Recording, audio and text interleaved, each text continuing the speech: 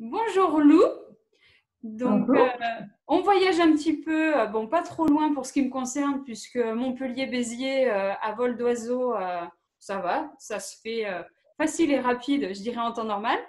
Donc, on se rencontre virtuellement aujourd'hui pour parler du métier de doula, toujours dans cette même dynamique de présenter un petit peu les doulas, leur univers, etc. Donc, et puis chacune a une couleur et une identité qui lui est propre. C'est ça que je trouve je trouve que c'est vraiment euh, très riche et source d'apprentissage parce qu'il n'y a pas une doula qui ressemble à une autre. Et de fait, chaque parent peut trouver sa pépite parmi toutes les doulas qui existent. Donc, merci d'avoir répondu à mon invitation, Lou. Et puis, je vais te laisser te présenter, voir un petit peu ton parcours et qu'est-ce qui t'a amené à vouloir suivre la formation de doula. Ok. Donc du coup, je suis Lou, j'ai 28 ans et en fait j'ai commencé par des études de naturopathe suite à des soucis de santé gynécologique très jeune. Je me suis très vite confrontée au fait que les femmes manquaient d'accompagnement et d'écoute et d'espace vraiment bienveillant, tout ce qui touche à leur santé. Et vraiment, de fil en aiguille, j'étais très frustrée de ne pas avoir d'espace d'écoute et d'avoir toujours mes soucis et de ne pas être écoutée, que je me suis dit, il faut chercher, il y a sûrement autre chose que juste que je me propose la médecine générale et allopathique. Et donc, du coup, j'ai commencé mes études de naturopathe d'abord pour me soigner moi, essayer de comprendre quels étaient mes déséquilibres. Et petit à petit, je me suis rendu compte qu'en fait, ça m'amenait à connecter quelque chose de très profond chez moi. Et je me suis spécialisée à l'accompagnement de la femme via la naturopathie. Et une fois mon diplôme en poche, je me suis dit, il y a quand même autre chose. Il y a vraiment tout le côté maternité, tout le côté postnatal qui m'attirait vraiment beaucoup. Et du coup, je suis allée me former chez Doula de France. Et c'est vraiment, je trouve que c'est très complémentaire. Et c'est vraiment quelque chose qui tous les jours me nourrit vraiment beaucoup parce que il y a vraiment tout cet accompagnement via les plantes, mais c'est vraiment aussi tout un accompagnement holistique et qui pour moi, ça fait la doula, c'est aussi ça, c'est vraiment la prise en compte de qui est cette personne, quel est son parcours et pour moi, c'est vraiment une vision globale de l'accompagnement, quoi. Okay. En gros. D'accord. Tu as suivi ta formation avec l'Institut de Doula de France. Oui. Pourquoi tu as opté pour ce centre de formation? Quand j'avais fait mes recherches, j'avais pas beaucoup trouvé d'autres formations. J'avais vu Doula de France, soit Isabelle Chalut. Et de ma personnalité, je suis quelqu'un d'assez scolaire et qui, quand je me lance un petit peu, je sais pas trop vers où ça va. Et donc, du coup, ça m'avait semblé un peu plus cadré avec une charte, voilà. Donc, je me suis dit, bon, allez, je vais aller vers ça parce que c'était quand même un peu inconnu. Donc, ça me rassurait d'aller à Doula de France. D'accord. Pour toi, quelle est en fait ta définition de la doula? Quel est son rôle? Et qu'est-ce qu'elle peut apporter à la femme si on est dans une situation d'accompagnement, je dirais, solo et au couple?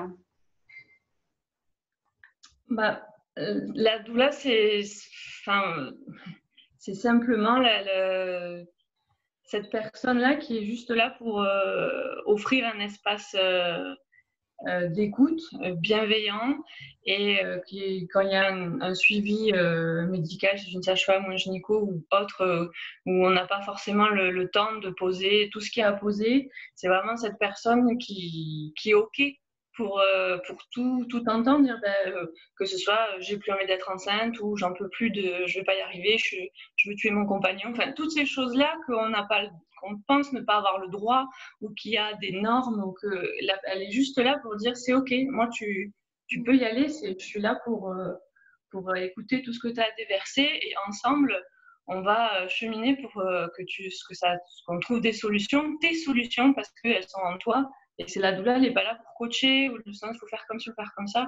C'est vraiment pour amener les personnes à se connecter vraiment à qui elles sont, à leurs besoins profonds pour être acteurs en fait de qui ils sont et de comment ils ont envie de mettre en place, alors que les accompagnements qui sont proposés autres que, enfin, par la médecine ou les structures conventionnelles, c'est il y a ça, il y a ça, il y a ça, puis c'est un chemin tout droit et s'il faut ça me correspond pas, mais comme je suis perdue parce que j'ai une première grossesse et c'est toujours comme ça qu'on fait, je sais pas. Et donc du coup on peut après se dire j'aurais fait autrement. Donc du coup la doula c'est vraiment un peu, elle vient avec son gros catalogue en mode il existe tout ça et il y a pas vraiment de solution toute faite. C'est on va ensemble t'accompagner pour que tu trouves ce qui est juste pour toi. À ce moment-là, même si au final peut-être qu'elle aurait voulu faire autrement, mais en tout cas, quand il y aura eu le choix qui aura été pris, c'était juste à ce moment-là. Ok. En tant que doula, est-ce que tu as des limites, je dirais, humaines, géographiques, éthiques Alors, géographique, oui, dans le sens où quand ça commence à être au-dessus de 80 km, ça commence à faire beaucoup. Je l'ai eu fait. Et même si c'était un plaisir à chaque fois d'y aller, c'était quand même une organisation. En fait, ça me prenait quasiment toute ma demi-journée. Et donc, à terme, c'est pas que j'étais contente que ça se termine, mais je me disais, voilà, là, c'était peut-être un peu trop, quoi. Et sinon, au niveau éthique, ce serait pas possible pour moi d'accompagner un couple avec un compagnon un peu trop macho ou un peu trop enfin, qui mettrait la femme un peu en position d'inférieur ou ce serait vraiment compliqué et je pense que du coup ce serait par rapport à mon cadre à moi ce serait pas possible et du coup je saurais pas la personne qu'il faut pour cet homme et donc du coup je pourrais pas accompagner quoi. Pour toi, quelles sont je dirais les qualités essentielles et fondamentales pour une doula? Justement, cette authenticité envers le couple, mais envers soi aussi, se dire là, ça vient trop frotter, c'est pas possible. Du coup, mon accompagnement, il sera pas juste pour ces personnes-là parce que je peux être dans le jugement. Et alors que la doula, pour moi, c'est tout l'inverse de ça. Comme je disais, c'est vraiment, je viens pour vous accompagner, vous, avec ce que vous êtes. Et des moments, ça serait ça viendrait trop frotter, du coup, c'est pas possible. Donc, ouais, l'authenticité et qui viendrait du coup toucher le non-jugement et la bienveillance, vraiment, et l'écoute bienveillante, quoi, vraiment. Est-ce que tu te sens plus doula prénatale, doula postnatale? Quand je discute avec des doulas, j'en ai qui me disent oh mais moi je me sens voilà je suis plus accompagnement grossesse. Ah mais moi je suis plus accompagnement au niveau de la naissance et du postnat. Est-ce que toi tu as une préférence entre guillemets, une prédisposition ou quelque chose qui résonne, une période en tout cas qui résonne plus particulièrement pour toi? Moi ce serait plutôt toute la période de la grossesse et du prénatal, ouais. Après, le moment de la naissance, c'est quelque chose de très fort pour moi, mais j'ai jamais encore eu l'occasion en tant que doula d'assister à une naissance.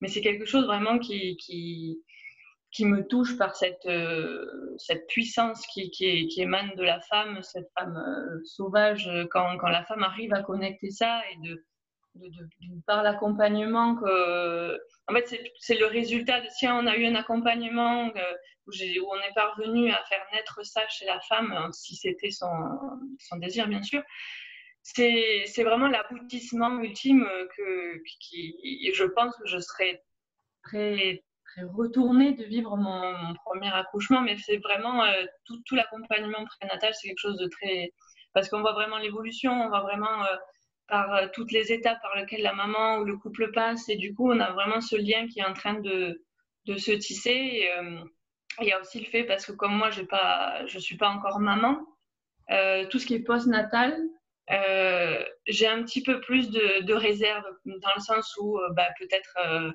dire je sais pas trop encore, quoi. Donc